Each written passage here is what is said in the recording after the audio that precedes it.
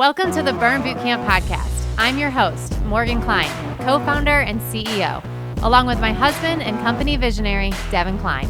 And together, with our amazing team, we are going to help you push past your limits, not just physically in our gyms, but right here, mentally, emotionally, and spiritually on the Burn Bootcamp Podcast. Together, we will take on challenges and break through barriers to transform into the best possible version of ourselves. We are more than a gym. We are a community. Your community. Let's go, Burn Nation.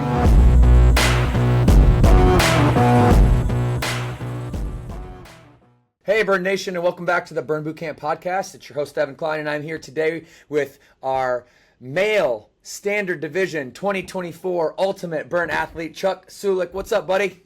Hey, how's it going? Thanks for having me. Yeah, man, I'm so happy that you're here. I know how bad you've wanted this thing.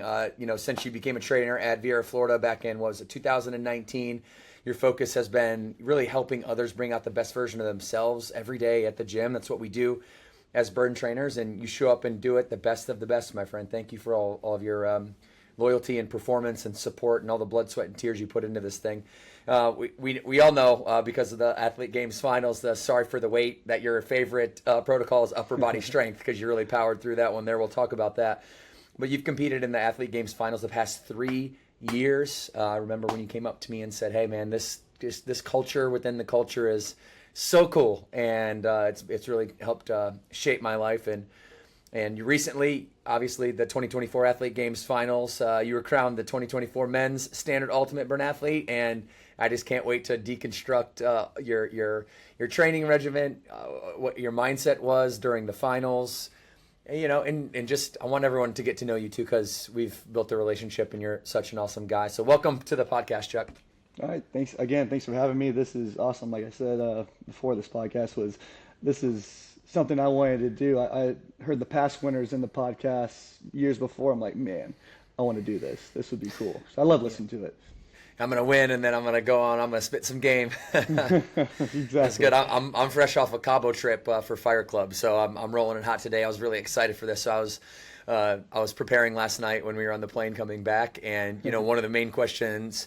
I'll let you actually do a little background on yourself quickly for those of you that don't know, Chuck, and how you got to Vieira, Florida in the first place. But I'm really interested in picking your brain around how you went about winning the finals and how you think that can translate into our everyday lives. But before we do that, Vieira, Florida, you Burn Bootcamp, all of a sudden you find yourself as a trainer with Burn Bootcamp on your chest. And how did you get there?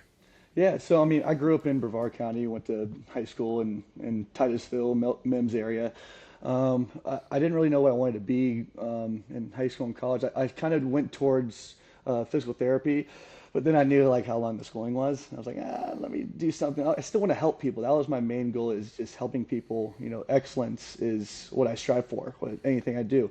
I actually ran track in college, so I went there for a year, ran track for a year, came back on my degree at UCF, and I was like, you know what, let me try this different route, get a certificate in massage therapy. So I did that first, and then personal training. So then I started doing that, did some other group fitnesses, and then fast forward from 2014 to 2019, I was doing my own thing in the garage, and I was like, I need a little bit more than just doing stuff in the garage, like the group setting, the team setting. So I was like, on Indeed, and Burn Bootcamp was on there, and I went in, to go onto the floor and talk to Aaron, my FP, and it's been history ever since. From 2019 till now. Just trying to build up that community. I really like the community in Vieira, just the people in that area, and I really wanted to build up just having this place to go to, and I wanted to be the guy to help people get to their goals and strive for their goals. In this community group team aspect, as you can call it. So yeah. So Burn kind of found you as much as you found it. It was 100%. It was something that you were looking for to really lead that group. And I know so many of us that just go through, that we just love wellness, we love health, we love fitness. You kind of do a 360 search, and you zeroed in on this. And I'm so glad that you did, because you've just added not only so much value to the Vieira community, and the gym has grown like crazy. since you have really stepped into that main position, and so we appreciate your leadership. And then obviously, watch your members get a chance to watch you do something that I don't care how good of an athlete you are. You ran track at Winthrop. You did your thing as a Division I college athlete.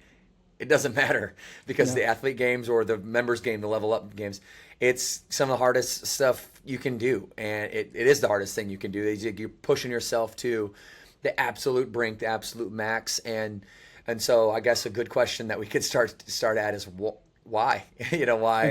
Why 3 years ago? Were you in this groove, finding your groove as a leader of a community, and how did that?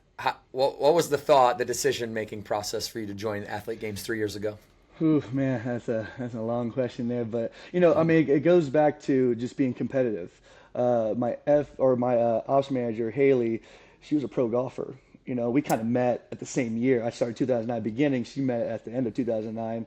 We're very competitive people, so we're like, once we get like our groove and get in the gym and everything, kind of what we need to do, how to train people, a group setting, and doing everything right. Let's do something for ourselves. Let's compete again. Let's try these athlete games, because I saw the years before. I was like, man, I could do that. They're hard. Definitely didn't know how hard it was. That's for sure.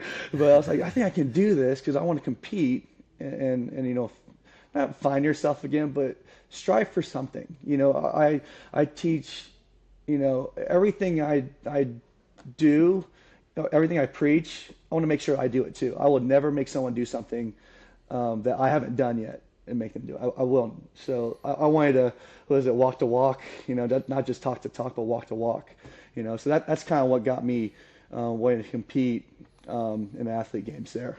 So your wife Naomi was at the finals with you, which was a magical moment. Give me a little quick background on you two. Where did you meet and how has her support been helpful through this all? I'll make it quick. We met back in 2017.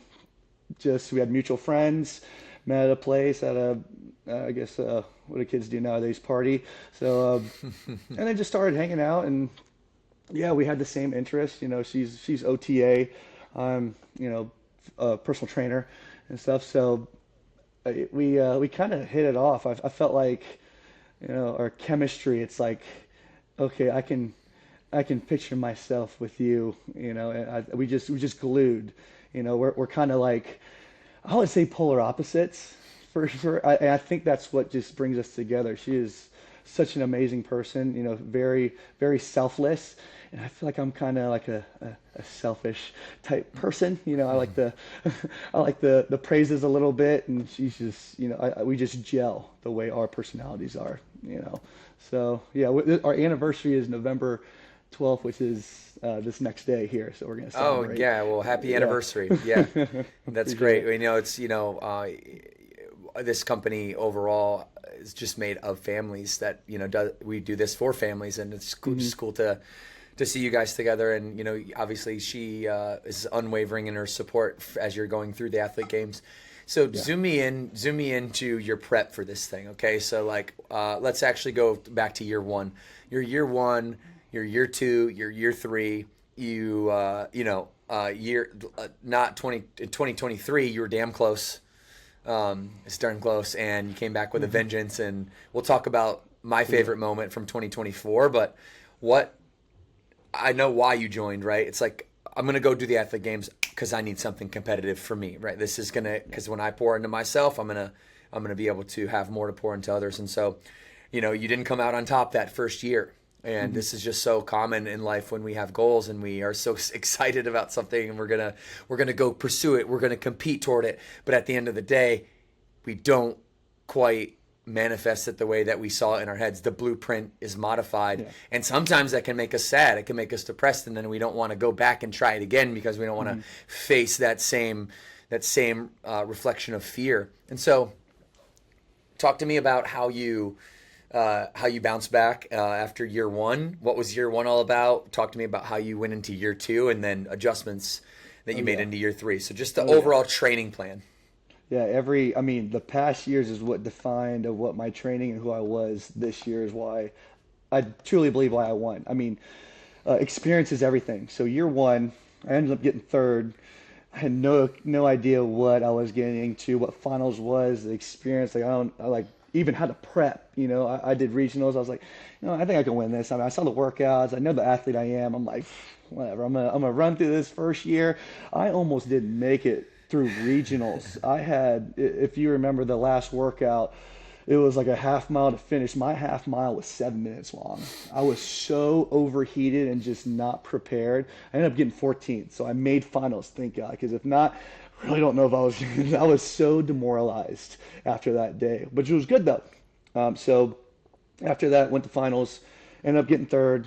Actually did really good, But after that, I learned a lot of what the workouts demanded and what the athletes I was facing. So if you're ever doing athlete games, like do your homework, have experience, and know what you need to plan. You have to have a plan. I mean, you can definitely do athlete games, but I'm talking about if anything I do, I want to win. If I'm winning, you got to have a plan or forget it. So after that, year two, so many things happened in year two. I ended up doing very well in regionals. But leading up to, what was it? Yeah, 2023. 2023, I ended up having meniscus surgery. So I actually played our family football game on the holidays.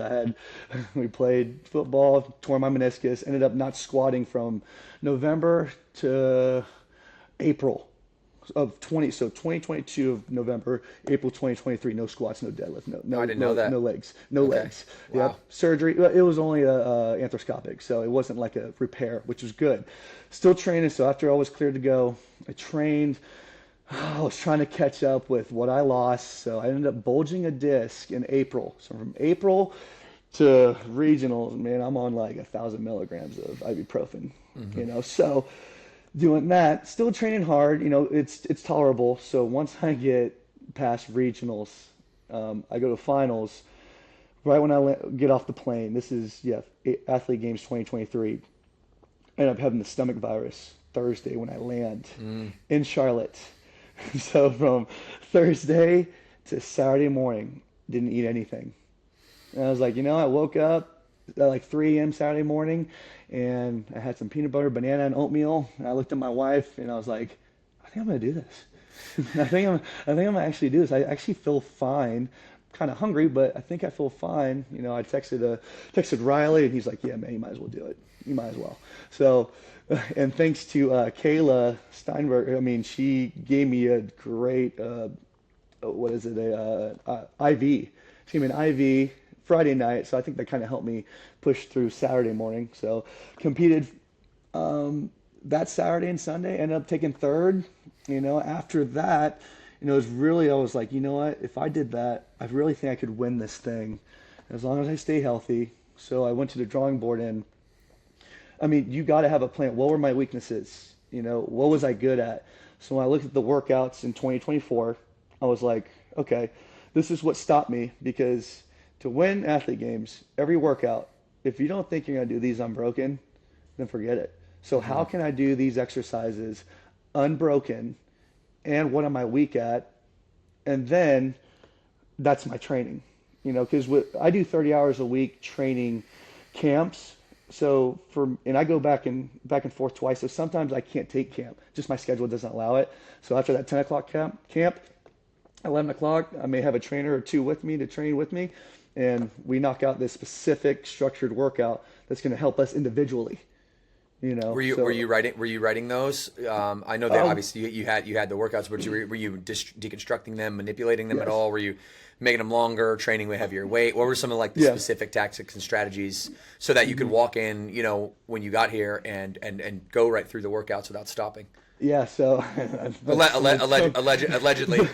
Some of the trainers are like, "Don't you tell them all the secrets here." I'm like, okay, but I do want to have people to know, like you can crush this workout if you do it correctly. You can do these workouts and crush it. So, we would test them first, and feel like, okay, where did I get stuck at? What was my weak points? And boom, I would write an AMRAP, a Tabata, an EMOM, I don't know. So one of those that's going to help me in that specific exercise during that specific time in that specific workout. Does that make sense? So it's very specific. So what was your first exercise that you started working on? What was your weakness? What did you perceive it to be the biggest area of opportunity in terms of exercises? We go on regionals or we go on finals workouts? Wherever you want to go. Well, I'll just go general. What I learned from the year before. I thought it was me doing things unbroken, and I thought it was my legs and my core of holding weights. Like say doing 30 deadlifts. Like I can deadlift 400 pounds. Okay, but can I do 30 of them with kettlebells to my side and do it fast and do it unbroken? That was the difference. And in that state. So say let's go. One of my favorite ones, the 21 Savage. Like I was like, all right. I found out Devin picked the weight. I heard Devin pick the weight. Yes. I did. Yeah. Like, okay. It was like 50 pounds. They said with 40s, and I said, well, why would we give them feathers? These guys are beast mode. We got to challenge them, put some 50s in there, and then Paul came up to me afterwards, and he's like, hey, I want to see you do the 50s. And I was like, challenge accepted. So I think y'all are buttering me up to slowly maybe do the Masters one day. Yeah, I know you're doing it next year, but we'll talk about that later. But what I planned, what I did, I saw the workout and I was like, you know what? I'm sick of getting third. I'm not going to tiptoe around this. I'm going to go right for it. So I was like, you know what? I'm going to test it this way. I'm going to have the reps around how it is. Take my 60-pound weights. And I'm going to do the 21 half burpee line hops. I'm going to see how far I can go without dropping them. So I ended up making it with the 60 pounds, first time I ever doing it.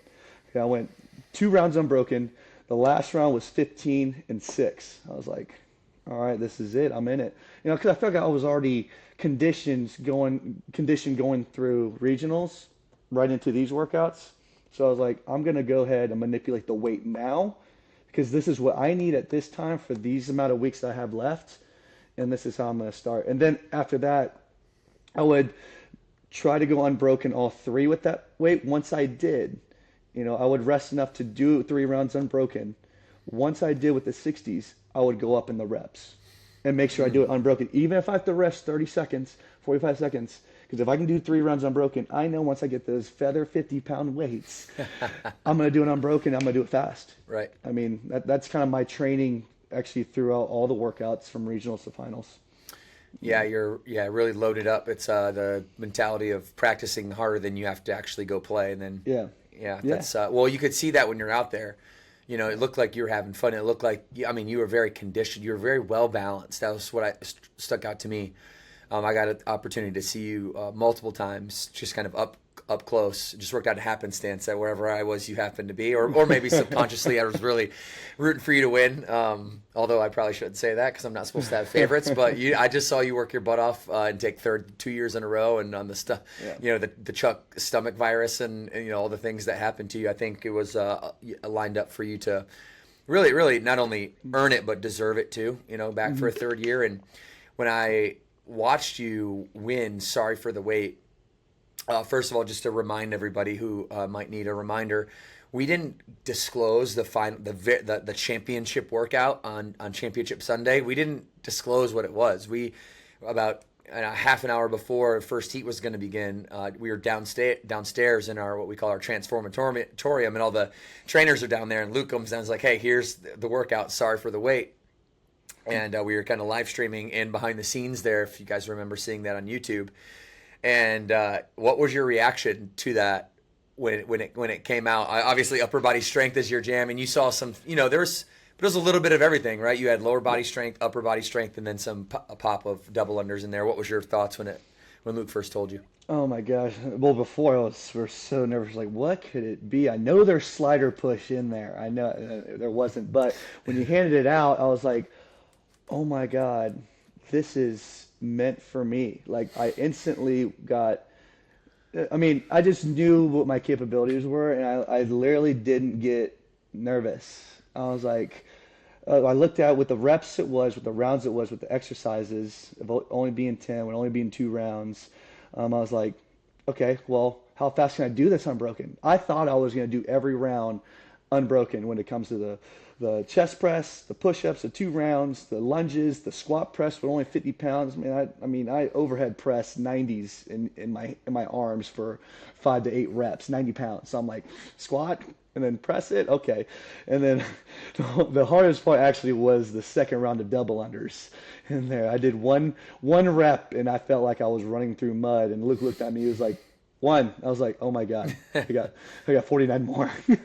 But no, when I saw that workout, I was actually pretty stoked, pretty happy of that. Good. Well, one of my favorite moments of athlete games all time, I was right there too as you won. And if you guys want to watch this, go back. The live stream's still on YouTube, the Bird Boot Camp YouTube channel. You can go watch it. I'm sure you've clipped it out and you have it somewhere on your social media too. And it actually did make part of one of our reels too. And you were about to do that last push-up, and you like kind of the last exercise to determine the champion was 2 rounds of laying tricep presses for 10 pounds. I believe 50-pound weights, right? 60 in each hand. 60 10 pound reps. 10 reps. Yeah, 10 reps, 60-pound weights, and then flip over and do 10 push-ups, chest to deck.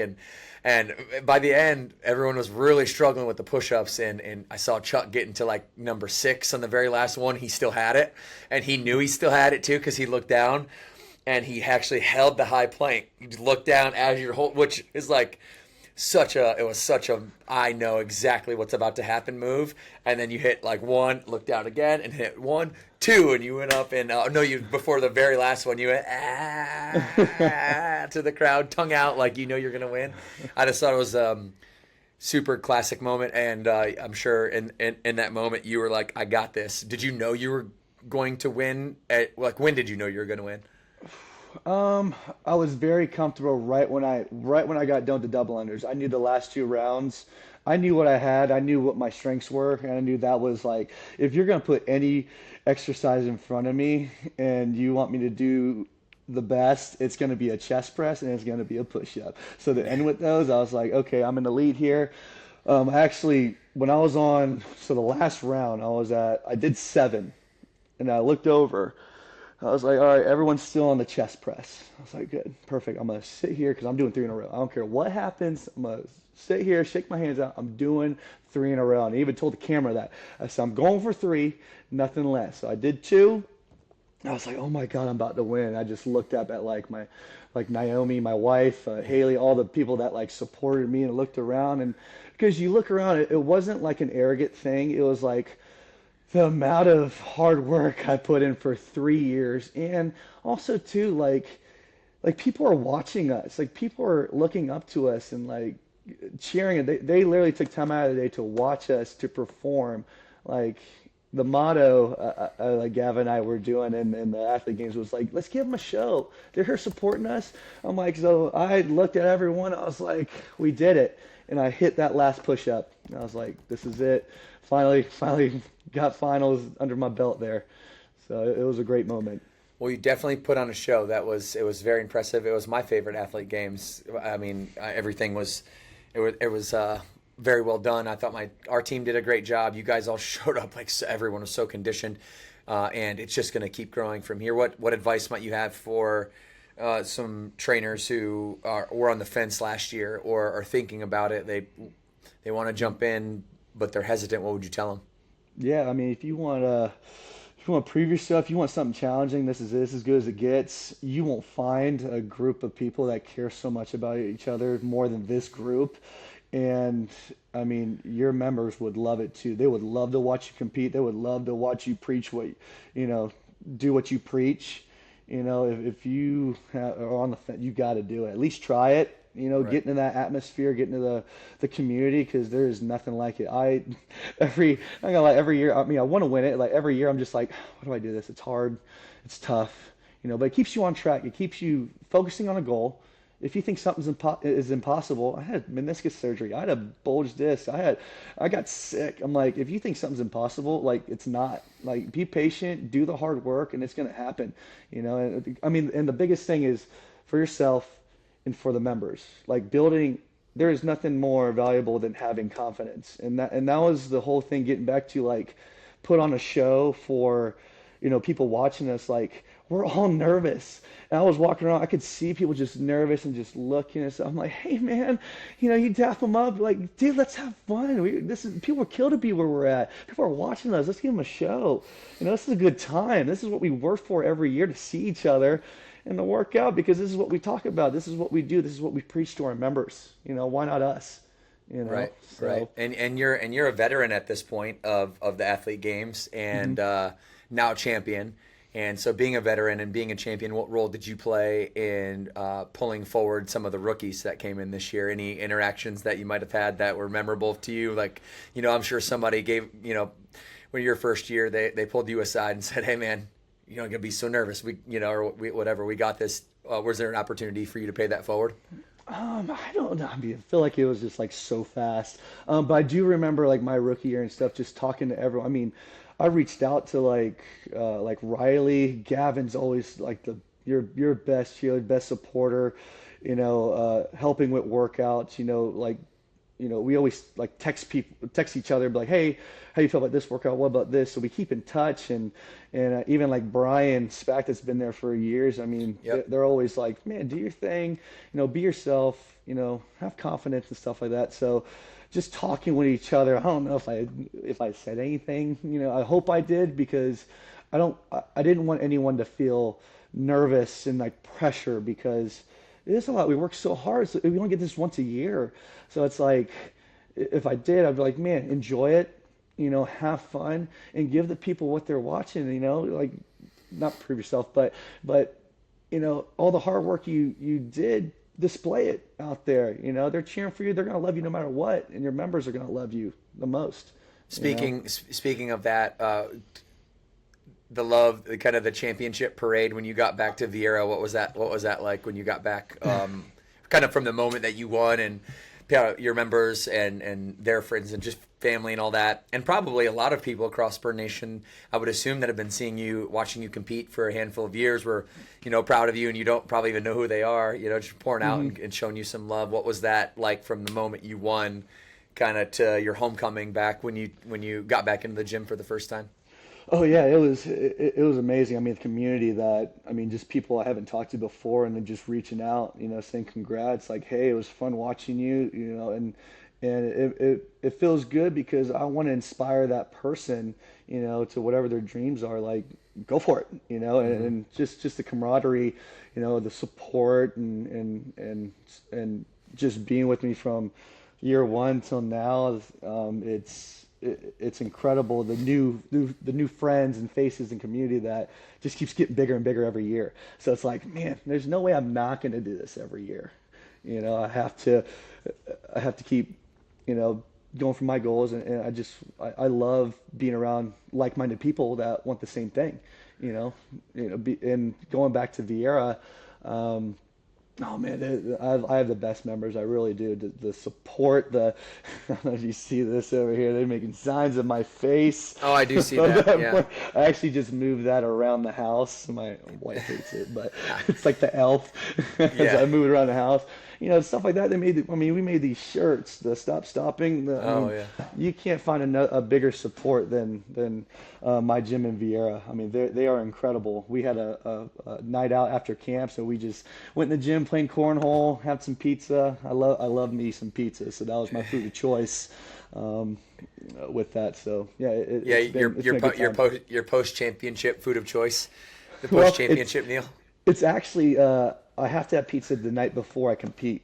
Oh yeah, carb loading. Lunch or dinner. Yeah, I got you. I just feel the best. I don't know why. I don't know if it's something in my head or a placebo effect, but that's my go-to.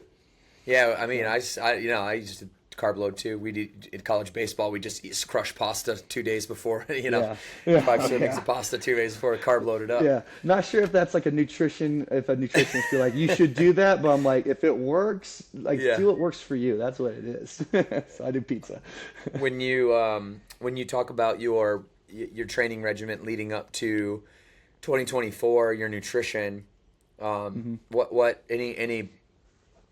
any specific strategies that you use that might have helped you along? Did you try to gain muscle? Were you trying to stay the same weight and gain strength? What was kind of like the whole scientific approach to if there was one, right? To like Yeah. how much you weighed, what you were eating, and how you would fuel yourself. Yeah. So, first year, I think I was like 175, 180. I'm like almost 5'11", maybe you can give or take. But yeah, I don't know, with the weight and the conditioning, I felt like I was good conditioning. I was light, but if I had to move some weight, I really couldn't. And then looking at the workouts last year into this year, I was like, you know what? I seen how big Gavin's like 260. No, like, he's like two. I always text him Dude, every he once looks in a while. like Hey, you're Luke Kuechly. 260, man. He He's looks like dude, Luke Kuechly. yeah, exactly. I'm like, man, for Gavin to move that big, to be that big, which he's over 200 pounds, 215, maybe 220. I might be wrong, Gavin. Sorry, but I was like, I need to get to almost 200, but I need to keep my speed because I'm pretty quick. I was a sprinter in college, so I'm like, I need to make sure I'm still explosive with my push-ups, my jumps, my burpees for sure. I gotta be fast on my burpees, but can I be 15 to 20 pounds heavier? So I was actually almost 200. I was hovering like 195, 198, through probably the beginning April to finals, which I felt good, because a lot of it was in my legs and I was still springy, so my push-ups didn't get worse, burpees didn't get worse, and my cardio didn't get worse. So for you to pick those weights, Devin, I was like, all right, I'm gonna be fine. This actually is to my advantage because I'm quick, but I'm also strong too, and conditioning is just good enough. So eating wise, I'd make sure I'm eating my body weight, which I didn't really. I don't count calories, but I'm eating 10 to 12 ounces of meat every meal. It may be four one day, or meals, or it may be three meals. It kind of depends on my workouts that week, that day. Carbs, I kind of have a consistent like two fists or something. But when I got close to like ramping up the volume of my training in regionals, especially finals, doubling those carbs up, keeping the protein the same, maybe a little less, so I can get some more carbs in, because the carbs were most important. I didn't need that much protein. I'm already hitting creatine. I'm already hitting collagen. I'm already hitting, maybe my body weight, which I can go a little less. But it's the carbs. I need the energy to blast through these workouts. So that was kind of my view, and I think it worked pretty good. Yeah. Judging on how you finished in fashion, I would say it was a fashionable finish. It was very very entertaining, and so you did a lot of carb loading. So when you talk about gaining muscle, this is really important, right? Because so many of our members even think that that carbs are the enemy still, and that there's carbs have their purpose and their function when it comes to being able progressive overload and being able to actually do the training, right? Like I think we should like clear this. I think it's a good opportunity to like really talk about like the purpose of carbohydrate as that source of stored energy, so that you can pick up those heavy weights, lift the heavy weights, get your body to exhaustion, recruit all your muscle fibers, tear them down. Then we ingest protein synthesis to build them up. A lot of times we like say, oh, protein's the champion and carbs are evil and you got to stay away from them. So if I'm basically how'd you say, like paraphrasing your nutrition regimen, it was carb load to the day before a really heavy event or a workout, knowing that I'm going to push it to the brink. I need the energy to do so, and then that became more and more so the case as you got closer and closer and closer. Right. Yeah. It all depends on volume, because too, like, I wanted good weight to put on. I didn't just want to be like a slob weight. I guess you can call it. I want I still want. So I didn't want to ingest so many calories, because in the end, none of it's the enemy. It's like, what are your goals? What do you want to optimize? And it's the number of calories, regardless if it's fats, proteins, carbs. I mean, to gain weight, lose weight, it's calories. All right. So performance, you want to optimize what you want. Like, I just don't want to do it. Just do it. I'm optimizing what is going to put me in the best position to crush my workouts at this time with what volume. So with the carbs are fuel source. All right, if you want to go unbroken and 21 Savage 3 rounds without stopping and maybe speed up at the very end because you kind of reserved a little bit, like you need some carbs. That's your fuel source. You can't run off protein, or even fat. Fat's not a good like I would say carbs are your gasoline. Like fat's good, obviously you want enough, but to really explode and be powerful and be strong and have endurance, you need those carbs. If you're worried about gaining weight, like we're worried about the wrong things. Like we're worried about calories. We're not worried about macros. All right, does that make sense? So, yep. So I hit carbs to power, strength, recover, protein right there. Fats, be healthy, hormones. Sustain energy, fat, good. So you need all of those, and then to maximize it, to optimize it, what do I need a little bit more, a little bit less, a little bit, in between. And that's how you kind of, it took me some years to figure it out of what I want from year one and what my body is. Okay, do I want to be a little bit heavier? And I still want to be explosive and still gain some good muscle weight. So you kind of teeter. When you're doing performance, it is very, very structured of your carbohydrates and protein and fats. It is, even if I don't count, I know my body enough. Like if I look at the mirror, I'm like, oh man, I'm putting on some body weight here. I think I'm eating too many calories. Let me back off on either, like, how am I feeling? Okay, I need a little bit more energy, so I'm not going to lose my carbs. Let me just put a little bit down the fat or the protein. And that's kind of how you tailor it to what your body needs and what you want to get out of it. Yeah, that makes sense. Yeah, no, that makes sense. So when you think about coming back for a fourth year to do this again, where are you at right now? Are we gonna see you come defend your title? Are you gonna hold off on the announcement? Where are you at today? I could say I could do it next year. I always say, I don't know. I always tell my members, I don't know. I always tell Haley, I don't know. I'm like, we had so much fun this year. The workouts are great. Hopefully the workouts are, similar than last year or kind of close. You can go, I don't care if you go heavier, Devin. You can go heavier. That'll probably be better for me. But I just love coming back and seeing everyone, seeing you, seeing Matt, seeing Luke, and all HQ, all the trainers around the nation, even the members that I still keep in touch with that are across the nation.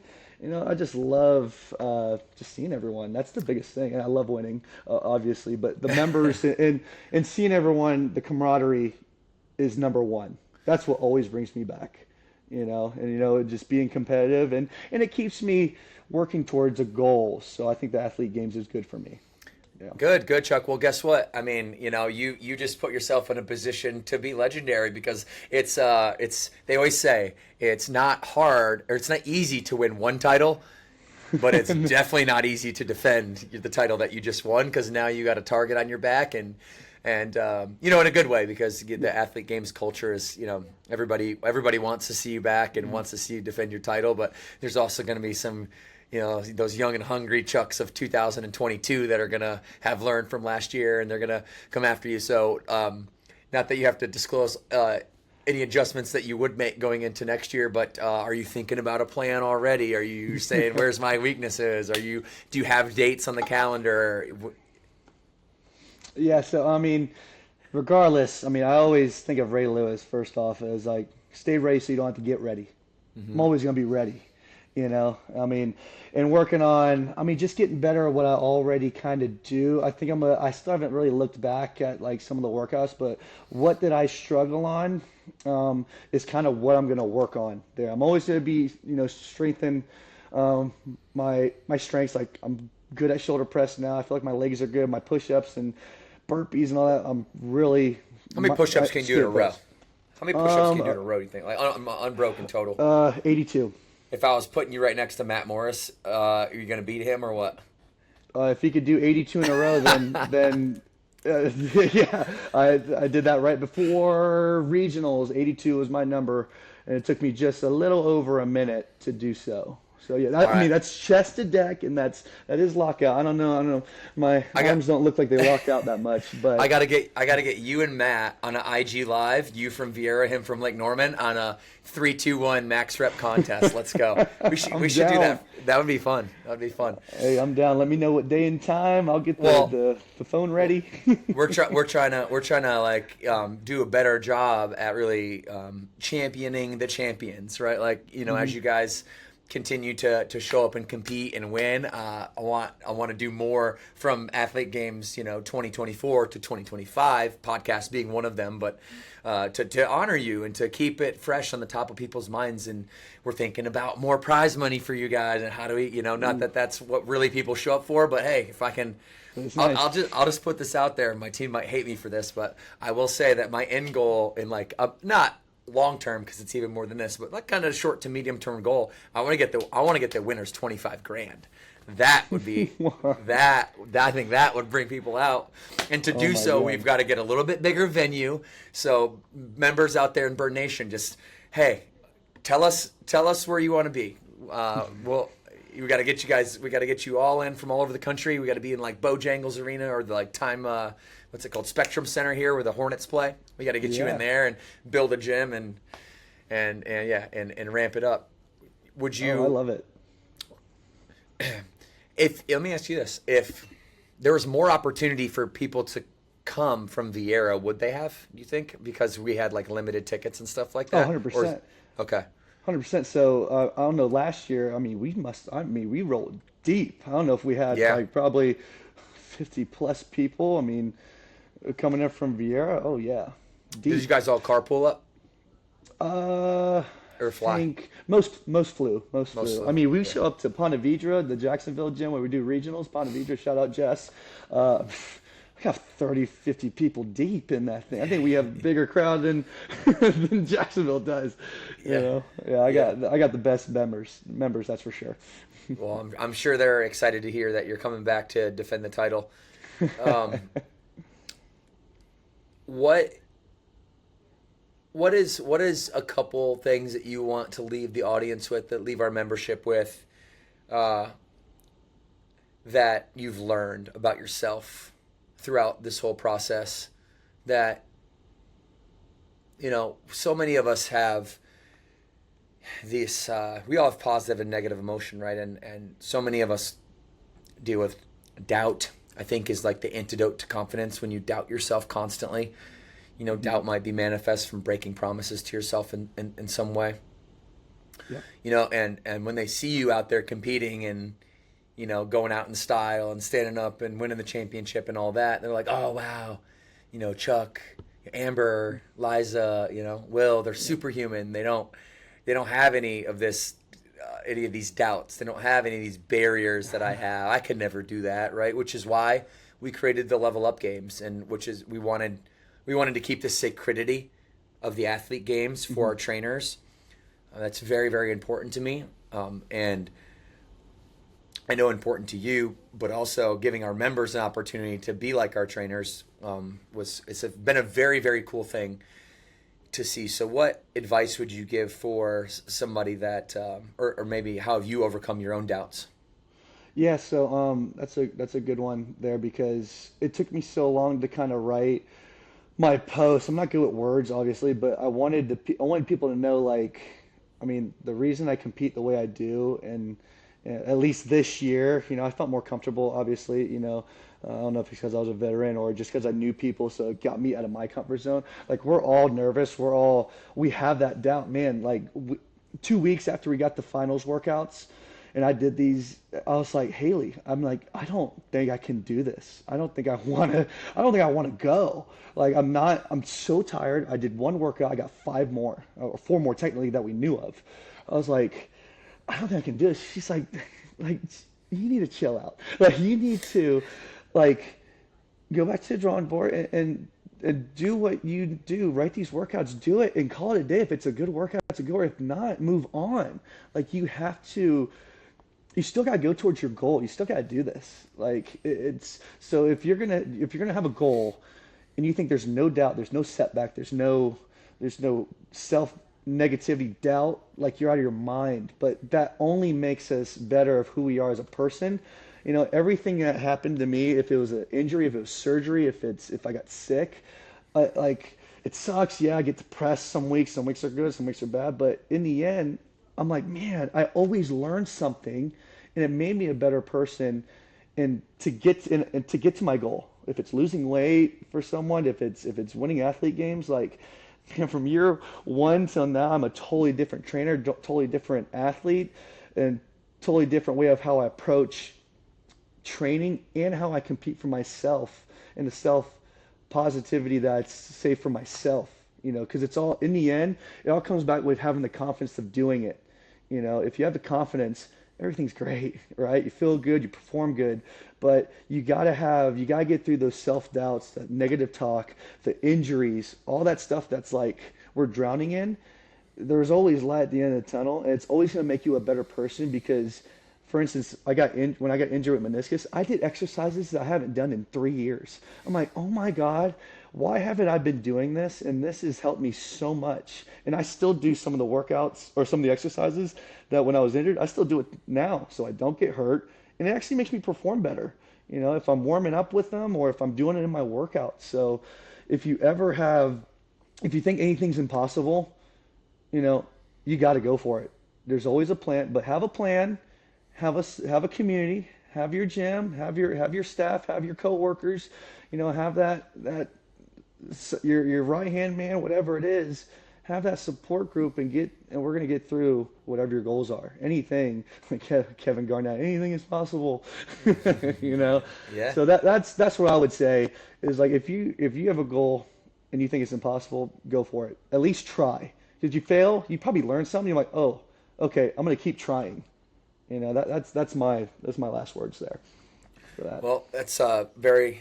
Voltaire said that simple is sophisticated, and I think that sometimes it is just about that. And I really appreciate those words, and I know they resonate with hundreds, if not thousands, of people that are listening to this right now. And Chuck, I just want to commend you on the core values that you exude as a human being. You're amazing to watch when you're competing, but you're even a more amazing person off the floating floor. And we're proud to have you here at Burn Boot Camp. And you hope if there's anything I personally can ever do for you. I always would have. You're the champ now, so now you got that card. I'm the champ, DK. What's going on? What's these workouts all about? We really look to you to help shape the future of all of this stuff, and Athlete Games is going to get huge, man. I want us to look back on these days, and maybe when you're 42 competing in the Masters one day and winning your Masters championships, that hey, you remember when, dude, we were doing this at Lake Norman and there was 1,000 people there. Now look at this, there's 25,000 people here from all across the country. We'll do it, buddy. I really appreciate you and showing up on the podcast today to help inspire Burn Nation. Any last words you have for us? No, yeah, I appreciate you having me. Like I said, this is what I trained for. This is what I wanted. I wanted to be on a podcast with you. One thing though, you said as like the Burn champ, my request, you have to do it next year. I don't think there's any other trainer that would not agree with me. What do you say?